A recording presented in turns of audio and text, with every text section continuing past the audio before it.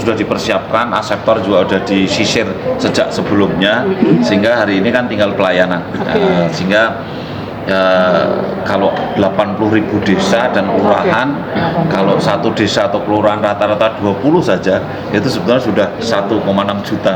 Makanya kalau kita hanya mentargetkan 1,2 juta itu harusnya kecil, karena waktu pandemi saja kita mencapai 1,4 juta sehari. Jadi kalau hari ini tidak pandemi, saya kira tidak ada masalah. Dulu banyak masalah, bisa 1,4 juta. Sekarang hanya kita target 1,2 juta, ya yakin sehari lebih dari. Pak, yang terlibat ini berapa Pak penyuluh KB-nya Pak? Kalau penyuluh KB-nya kan hampir 100.000, karena kan satu desa itu ada 3 orang di sana, rata-rata ada 3 orang. Mereka pasti terlibat semua itu. Kalau satu desa kelurahan 3 orang aja sudah 80.000 kali 3 kan. Bidannya supaya yang melayani juga minimal sudah 80.000 yang terlibat hari ini. Bidan desa itu ya? Bidan desa itu minimal 80.000 bidan hari ini bekerja. Kemudian masih ditambah dokter umum dan juga perawat dan tim medis, dokter anestesi, yang MOW, MOP, yang steril itu kan semua dokter kebidanan, dokter anestesi, sama dokter umum. Itu, ya. Pak, targetnya yang paling disasar itu kontrasepsi yang jangka panjang atau jangka pendek? Jangka panjang. Ya, jadi kita berharap menghasilkan kontrasepsi jangka panjang ya di atas 40%. Ya. Pak, kalau KB yang belum terpenuhi sekarang, data terakhir berapa banyak Pak? Pertanyaan KB yang belum terpenuhi itu maksudnya unmet need. Pak. Itu sekitar 14%. 14%. Sekarang kendalanya apa sih Pak selama ini? Waktu itu ada pandemi, unmet need-nya naik gitu ya, sehingga sekarang ini sudah tidak pandemi ya, saya kira bisa turun. Target kita 8%. Kalau dari segi pelayanan gimana Pak? Mungkin kendala itu ada di geografis. Kalau di daerah-daerah yang sulit dijangkau dan kepulauan-kepulauan itu kan daerah khusus, itu daerah remote area, itu salah satu kendala itu. Ada daerah-daerah khusus yang kemudian ada penduduk-penduduk yang tinggalnya itu di pemukiman-pemukiman yang seperti contohnya di kelapa sawit misalnya gitu ya, itu kan penduduknya masuk ke dalam hutan yang kemudian juga sering tidak terjangkau dari pelayanan. Itu kendala saya kira akses. Tapi sudah disiapkan strateginya Pak untuk menyasar? Ya, memang kita punya program khusus untuk KB, untuk wilayah-wilayah khusus yang kita penetrasi ke daerah-daerah yang sulit. Ya, kita ada program.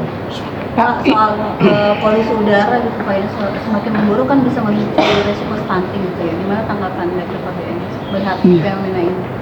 Ya, sebetulnya begini, kalau yang kita khawatirkan lebih kepada polutan itu, kalau udara itu yang paling dekat itu rokok itu sebetulnya ya. Jadi karena polutan yang terdekat dengan ada di rumah, 48% laki-laki itu kan merokok ya.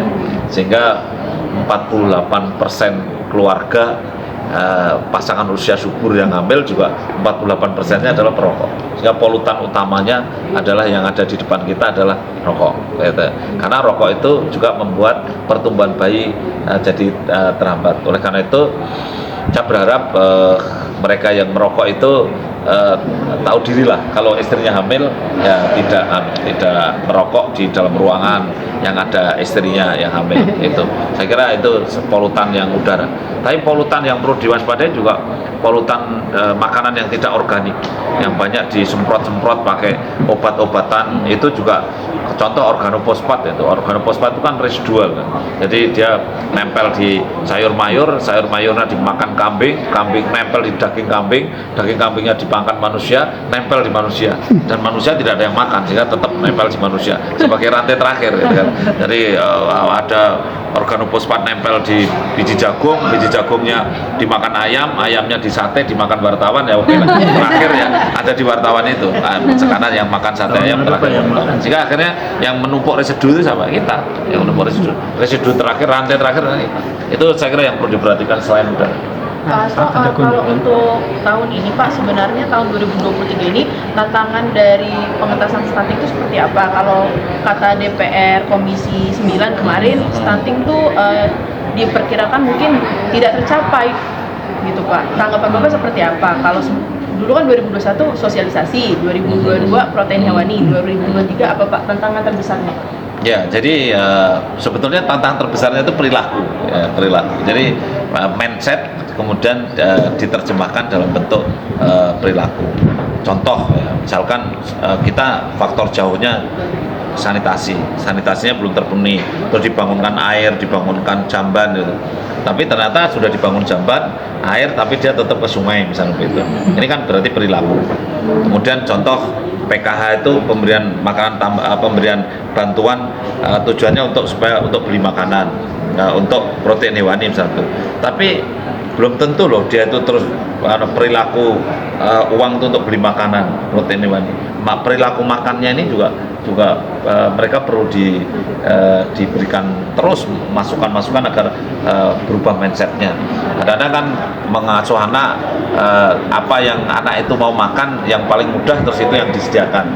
Kalau anaknya maunya cuma makan mie ya terus dibelikan mie karena itu. Tapi lupa tidak dikasih protein hewani gitu loh. Harusnya ya kalau anaknya mintanya mie ya mie-nya diecek-ecek ditambah dengan telur gitu loh. Atau ditambah ikan itu kan lumayan gitu. Jadi ditipu-tipu sedikit lah anaknya itu. Kalau anaknya haus kasih minum kuah nggak mau makan ikan nggak mau ya kuahnya kuah ikan ya kan lumayan ada kuah proteinnya gitu ya ditipu-tipu lah gitu. Jadi, bagaimana caranya itu saya kira perilaku yang begitu juga perilaku kesehatan reproduksi. Bagaimana Anda tahu sendiri bahwa orang hamil itu untuk merencanakan hamil itu kan orang tuh gimana ya pengetahuan tentang kesehatan reproduksi dan berkeluarga kan minimal.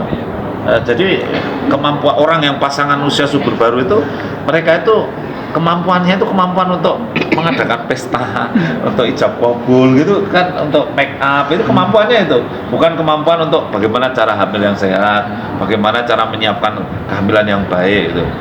Jadi saya lihat keluarga-keluarga baru itu kemampuan untuk hidup berkeluarga yang sehat itu masih minimal.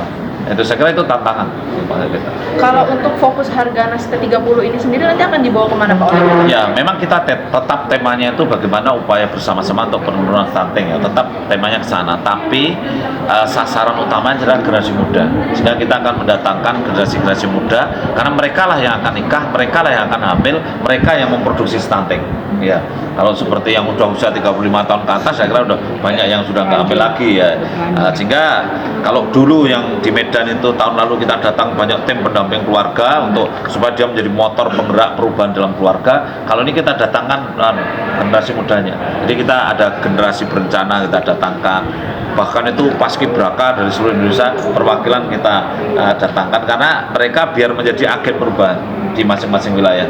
Karena yang menjadi motor penggerak dan menjadi sasaran utama adalah generasi muda. Nanti kita ke pelajaran. Terima kasih. Terima kasih banyak.